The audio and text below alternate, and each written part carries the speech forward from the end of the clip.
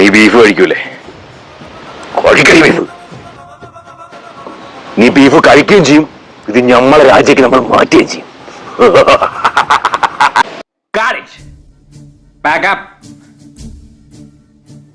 Sir, നീ എന്താ costume ഒന്നും മാറ്റാതെ പോയി കോസ്റ്റ്യൂം മാറ്റിട്ട് വാ, പാർട്ടി ഉണ്ട്.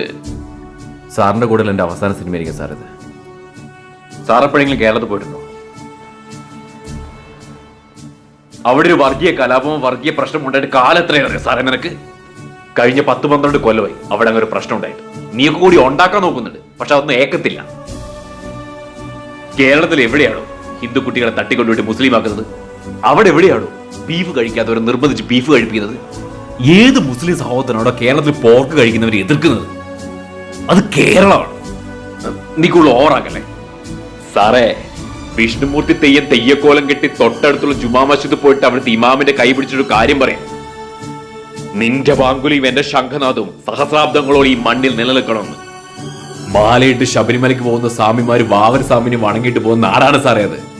ഓണവും വിഷുവും ക്രിസ്മസും പെരുന്നാളൊക്കെ അവർ ഒന്നിച്ച് തന്നെ ആഘോഷിക്കും. ഇനി നീയൊക്കെ എന്തൊക്കെ ഉണ്ടാക്കിയ നീ പിന്നെ ഈ പടത്തിൽ അഭിനയിച്ചേ ഭയന്നിട്ടാ? വാ തുറക്കുന്നവർ ഇല്ലാതാക്കുന്ന നിന്റെയൊക്കെ രാഷ്ട്രീയത്തെ ഭയന്നിട്ട്. ഗോവിന്ദ് പൻസാരിയും കൽബുർഗിയും ഗൗരി ലങ്കേഷിനും ഒക്കെ ഇല്ലാതാക്കിയ നിന്റെയൊക്കെ രാഷ്ട്രീയത്തെ ഭയന്നിട്ട്. നാളെ ചിലപ്പോൾ ഈ സിനിമയ്ക്ക് നാഷണൽ അവാർഡ് കിട്ടും. നിങ്ങളൊക്കെ കൂടി ചിലപ്പോൾ എന്നെ ഓസ്കാർ നോമിനേഷനിലേക്ക് അയക്കുകയും ചെയ്യും. പക്ഷേ നീയൊക്കെ കൂടി എത്ര പ്രൊപ്പഗാണ്ട ഉണ്ടാക്കിയാലും എത്ര കൊണ്ട് ഒച്ച ഉണ്ടാക്കിയാലും കേരളത്തിലെ ജനങ്ങളുടെ രോമത്തെ പോലും ഏക്കത്തില്ല.